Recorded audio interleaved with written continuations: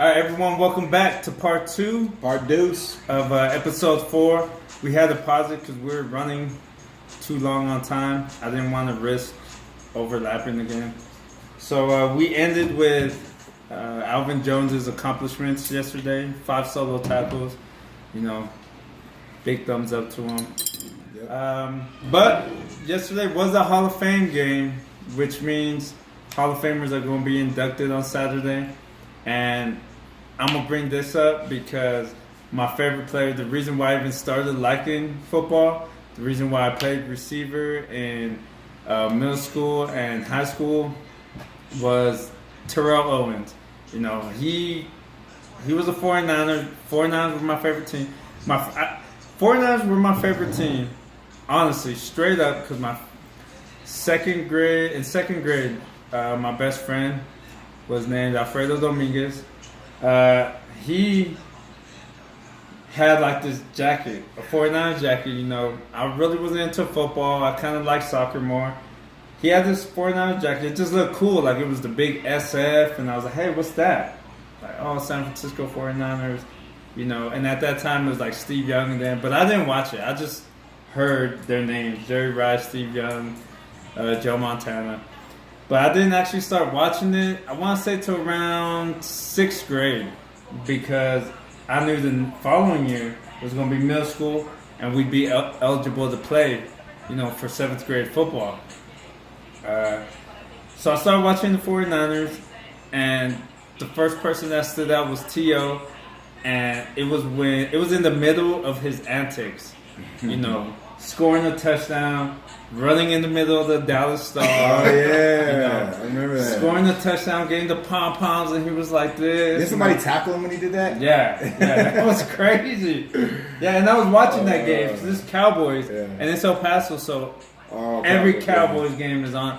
So me and my dad's a Cowboys fan, so we're watching the game, and, you know, he scores. I'm jumping up and down. He runs to the middle of the Star. He did it one time. Nothing happened, you know, celebrated. Then it was the second time he scored. Mm-hmm. He went back. And then that's when some dude, a bench player, went and tackled him. Was it a bench player? Yeah. Oh, that's hilarious. It was a nobody. So, I mean... That was his best tackle in his whole career. Yeah. I wouldn't be surprised. This is my time to shine. My 15 minutes of fame right here. Actually, yeah, he'll probably always be remembered for that. A coach was probably like, you know what, you ain't gonna play, man, get ejected. Go in there and tackle T.O. He looked around, he's like, hey, you, go tackle him. Where's Wilson at? He don't play. Yeah, so T.O., always my favorite player. Like, I follow him. That's the one player, like, I understand how some people can follow LeBron from team to team, because I did that with T.O. From the Eagles to the Bengals to every team he touched, I always followed him. I read his book. I was like 8th grade, bought his book from Barnes & Noble and read it literally in a day and a half. I'm not even playing. A book this thick. T.O. was my boy. I had a T.O. jersey. First jersey I ever owned, actually. So yeah, that's why Hall of Fame. That game is, you know... Sorry, there's a fly here. That game, I mean, this weekend is really special to me because my favorite player of all time is getting inducted. Super excited, but not that excited because he's in the middle of a protest. I don't know if a lot of people know, and I kind of am like, come on, T.O. Like, but at the same time, you can't be surprised because T.O. is T.O. and he'll do whatever. Oh yeah, he's not going to the. No, I think that's kind of exactly. To me, it's like, petty. Oh, this is my chance. It's like to like hell yeah. But T.O. it's funny because like him not going is exactly the reason why they didn't want to vote for him. Yeah. Like the voters didn't want to vote for him because of the way he was, his personality, how he is, like how, you know, they were always talking about like how he is with the teams and stuff, and how he always disrupts things.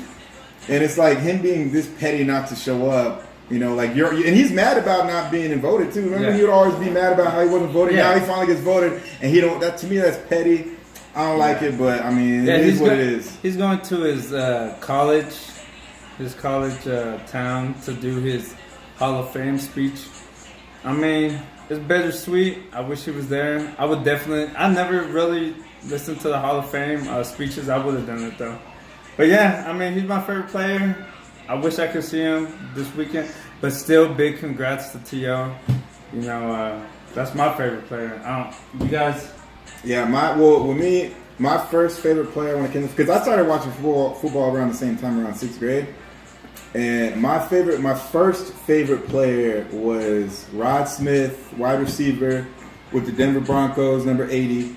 And it was more too not just on how good he was with the team, but it was how he came about. Because like he was signed as an undrafted free agent. He was signed, so he was on the practice squad. Oh, damn. Yeah. Undrafted. He was on the practice squad. He moved up, worked hard from the practice squad, and now he's in the Ring of Fame for the Denver Broncos. So like, he's one of the legends for the Denver Broncos, and he's actually considered one of the best football players to be undrafted. Like they have like a list of he's one of the best players to be undrafted. And like to me, because it was like all on hard work. Like he knew, like one of the things he said was he knew he had to work extra hard because he didn't have the talent like other people do. So he knew he had to work so much harder. And I mean, he had an amazing career. So to me, like he was one of the first players that caught my eye. And like when I heard his story, I thought it was dope. So he played with John Elway. Yeah. He played with John Elway. Yeah, he has the 2 Super Bowls. He has both of them. Both of them. He was with them back to back. Mm-hmm. TK. This is your boy. I mean, like, when I started liking football, I had on Sega Genesis, it's called the Quarterback Club. It was a Sega game. I remember that game. Yeah, Quarterback Club. Who was the... I want to say it was Brett Favre on the cover. He was on the cover. Boom! I remember that game. He was. Brett Favre was a cover boy on that game. With me, like, it wasn't so much like I picked just an individual player. It's just when I really discovered football, I used to just love plays being made. So it was about like the highlights, not necessarily guys on my team. Because I mean, like I love the Steelers, but like I just love football in general. The quarterbacks, yeah. So that was my introduction. I didn't really have like a favorite player. I mean, I loved Barry Sanders. I loved the way he ran, but there was just nobody I could name. John Randall. I love the way he talk trash from the Vikings. Yeah. So, he was defensive end, right? Yeah. Defensive tackle. But his trash talk was unreal. His trash talk is unreal. Yeah. It was at McGregor level trash talk? It was McGregor level. Yeah, it was. If you didn't hear, so basically, 49er fan, T.O. Denver Broncos, baby. And if you didn't hear him, he mentioned it. Steelers, he's a Steelers fan, you know. I see that his running back's going through a little situation this offseason. Talk about it. How do you feel? Well, I mean, I know he's super talented. At first, I felt like because he wasn't playing all the games, got suspended, that maybe they weren't going to pay him. But right now, the Steelers are in the position where they're pretty much going to have to pay him, so it makes sense to pay him. But and it's because he wants more money, right? Like than what they're offering. And if he doesn't get it, then he's leaving, and they're still not budging. Is that what it is? Yeah, pretty much. Okay. Pretty much. I've read some reports. It kind of doesn't look like the sides are getting anywhere. I do see Le'Veon leaving after this year. This might be the last shot for him in the Steelers uniform, depending on where he goes. You know. And I don't feel it's the right time because Ben Roethlisberger's at the end of his career. And so much of the offense is going to rely on probably the running game. So I don't feel like it's the right time to really let him go. True. But, I mean, if they're not going to come to sides, Ben could cut his contract. Hey, man, he come join the Broncos, you know what I'm saying? Hey, join the Broncos. We'll take him. Yeah. We'll take him. I'll take anyone. We took Richard Sherman. And literally, last year, at this time, I would have said, man, forget Richard Sherman.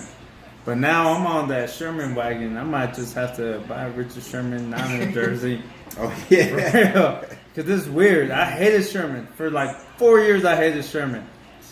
But now he's on the squad, so I'm support him. Just it's like if LeBron would have came to San Antonio, I would have, acted like I hated the move. But when it was playoff time, I'd have a LeBron jersey.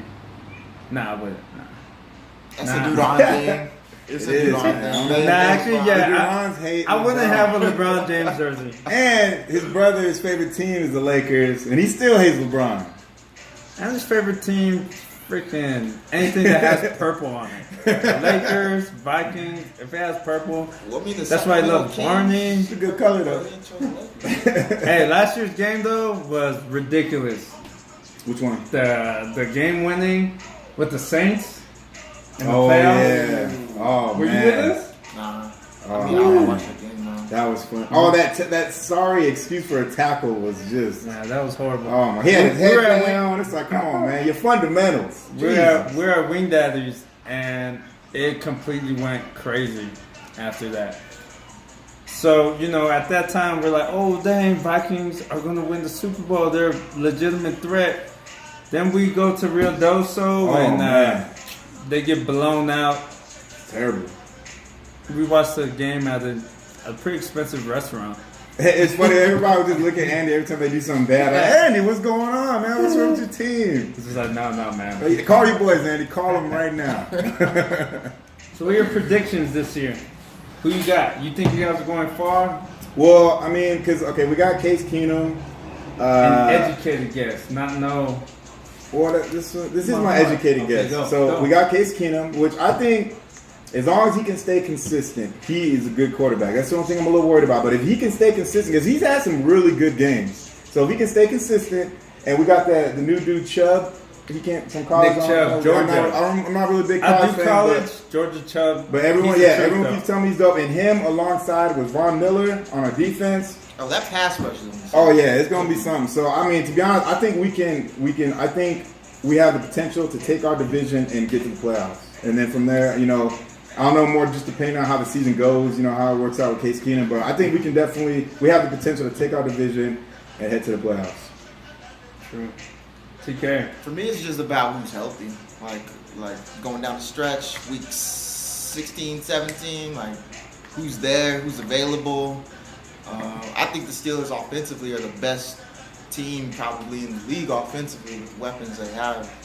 But They do got a lot of weapons. I mean, Jeez. it's just AB. the defense is. Oh yeah, the defense is a little suspect. That It's defense, a little suspect. It's a lot suspect. Yeah, it is, man, and I hate it. Like it's.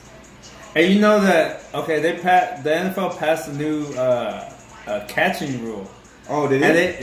and they actually said that the catch last year in the playoff this year would have been a catch. Oh, the Steelers one. The tight end when he fumbled it, right? Yeah.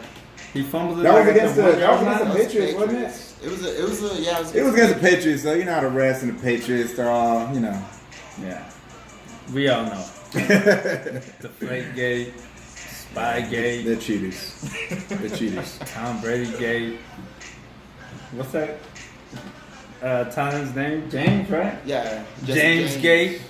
James Gate. Yeah, man. Well, I'm pretty optimistic this year. We got Jimmy G, the Truth, Garoppolo. It's a little early for the nickname, but I'm I'll pretty. allow it. Last year ended the season 5-0. He was 2-0 with the Patriots, 7-0 career total. So we'll see. I mean, our first game, you're really going to see how good he is because you're going against, first game is going to be against the Vikings. And that defense is no joke. So you're really going to see what's up with Jimmy G. So I think the Patriots are dumb for giving him up though. yeah, they give him up for nothing. Yeah, for nothing. It was ridiculous. For nothing. And I honestly think, though, Belichick did that in spite of... Nah, Belichick didn't want it. He wanted to keep Jimmy G. It's the owner and Tom Brady who didn't. Yeah, I believe who didn't. that's Who what I didn't meant to yeah. say. The owner and Tom Brady didn't want to get rid of him. The Belichick wanted To keep him. to start Yeah, because transitioning out of Tom Brady. Yeah. And the owner was like, nah, I love Tom Brady. I love Tom Brady. I love Tom Brady. Yeah, yeah. He definitely has a man crush on Tom Brady for sure. How do you guys feel about the sports betting opening up? Like how sports now it's legal to go ahead and bet on it. I think it's dangerous territory because it's the first time it's going to be happening. Do I think games will be fixed? No. I don't think games will be fixed. If anything, now that sports gambling is legal, I think there's going to be more eyes watching. Because people always say that games are fixed, but gambling was never really legal, only in Las Vegas. Yeah. But now that it is legal, I think there's going to be even more eyes on like refs doing certain calls. To be honest, I don't see a problem with it. To be honest, I mean, I think it's pretty cool. I mean, I'm not a bettor. Like, I'm not gonna bet, but like, I mean, if that's what they want to do, I really don't see a problem with it. Like, if people think, you know, there's gonna be fixed games, I feel like if that's the case, then they're already fixed games. Like, this isn't gonna make or break fixed games. Like, they're either already happening or they're not happening. This isn't gonna be a factor. Yeah, if anything, there's gonna be more pressure on not to fix games because now if there's a question in the game, I mean, I hope that everyone's gonna be like, I don't know. oh, it's because it was fixed. I mean, it's about the money, you know. So like that, I do hope that what you're saying is true. Yeah, I mean, I hope that too. I also heard that with sports gambling opening up, the U.S. did it just so they could create programs to. New programs to make money, basically. Now that gambling's legal, the U.S. now has or can create programs kind of like AA or drug rehab to actually make it like gambling rehab. So they tax, like they tax programs and make people pay for them. Now that gambling's actually legal, and just basically create like. It's good for the people, but I also think there's like something that the U.S. ain't telling us, and I think that's one of the things. Like they're able to. Well, the government's always up to something. Yeah. So I mean that's like, like think of illegal gambling. Like the United States does not know. They know gambling's happening everywhere across the U.S. There's bookies. There's illegal gambling all the time, underground gambling things. Now that it's legal, they go to a casino and they bet. Now the U.S. can track how much money they're making, so now they can tax that the money that they've won. Do you know what I mean? No, I get what you're saying. Now they understand because even when you do tax returns, it'll ask you how much money did you make gambling. You think people who are illegally gambling going to say how much? No, they're going to put 0, so they don't tax it. But now since there's a paper trail, the government can go, boom, I want to tax that, and just get more money. Get more money, create more programs like AA and stuff like that gain profit from. That's hope. You can hope it don't go into somebody's pocket. Yeah. Somebody getting a little something. Someone's getting a little something. Because that's why I feel like how the U.S. went with marijuana. Like, man, this is too much money. Like, this is too much money to fuck over. Yeah. I mean, to mess over. Yeah. All right, football. We spent a lot of time on that. Good topic. But it is a good topic because it's about to start. Fantasy is going to start. Once fantasy and, football storylines start coming into play throughout the season, I'm more than happy to have you guys back on for part 2, For sure, get some more insight, some more things that's going on. But let's move on. Something that I'm not too familiar with, but MMA, like, everyone knew last year about the McGregor and Mayweather fight. McGregor, that's his boy. He loves McGregor to the my boy, dog. To my boy. To the fullest. That's my boy. So he met off and address that man. he gets another shot at MMA after he pulled that stupid money grab with Mayweather backstage. The Mayweather money grab. And then his backstage antics with that other fight. Oh yeah, when he yeah. went With up- Khabib. yeah, Yeah, that was kind of dumb. backstage. He I called him out. I was like, "Oh, what are you doing, man? Like, I'm doing that." I told him, but I don't know. So yeah, he fights again in October. What do you think about that fight? Well, obviously, I'm going for McGregor. You know, he's fighting Khabib in October. I think he could take him. Yeah, pretty much. Doesn't sound too convincing, but I think Khabib's gonna address that man. No, He's you know gonna what? You know what I expose think? him. He's gonna No. put him down. What Khabib's fault is going to be is he's going to try to stand up with McGregor because he's going to try to be like, he's going to think he can stand up with him. So he's going to try to That's make a the only point. way. He's going to try to make a point to stand up with McGregor, and he's going to get it knocked out. That's the only way. But the thing is, I think I've watched every Khabib fight, and the way he fights is he mixes his game in. So he's gonna land some intermediate shots. He's gonna take him down. And when he does do that stand up with McGregor, McGregor's gonna be so beat up that he's gonna put him away. Let's just say Nah. Do we have a wager? A wager on this fight? It's in October. They still got time. So we'll see. Maybe I bring him back in October, right before the fight, and we see what happens. What about tomorrow's fights? I know there's Oh yes, fights tomorrow. So tomorrow we got TJ against Against Henry Cejudo, yeah. gold medalist in wrestling. But see, I don't like this fight. Okay, so he's fighting Cejudo again. He already destroyed him the first fight. DJ, he destroyed him the first fight. So it's like, why are you gonna fight him again? Like, it was a complete domination. This dude had nothing on Mighty Mouse. Nothing. Well, he cleared the division. What do you want? But I mean, you know what? He's scared. His problem is he's scared because he knows that Cody Garbrandt and Dillashaw are fighting, and the only reason they're fighting again is because Demetrius Johnson was too scared to fight TJ. So that's why they're fighting. And what's going to happen? This is why, because I like Cody and I like Dillashaw, right? So, but I want TJ Dillashaw to win because if he does win, then Demetrius Johnson will have no choice but to fight TJ. Let all the hate out your heart. He'll have no choice because he'll be able to at that point go down and fight him because he has to do it. So he can't run. He can't make any more excuses, which he had a lot of pretty weak excuses on why they didn't fight. He had a lot of weak excuses. One of them was he might not make weight. He's never ever missed weight ever. So it's Has like he there's. fought at 125? I think he has. I think he started off that low. 125? No, I think he started off that low, he didn't he? didn't. He got knocked out by John Dotson, who beat him.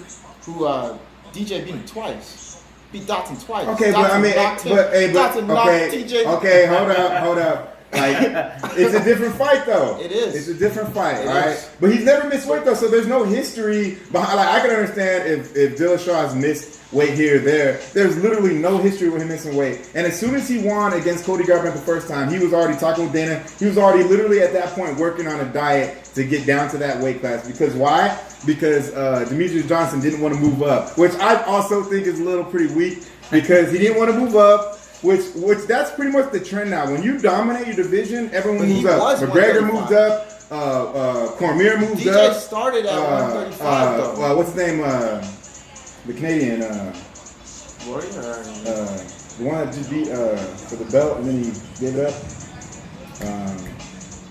He's a legend. Wait.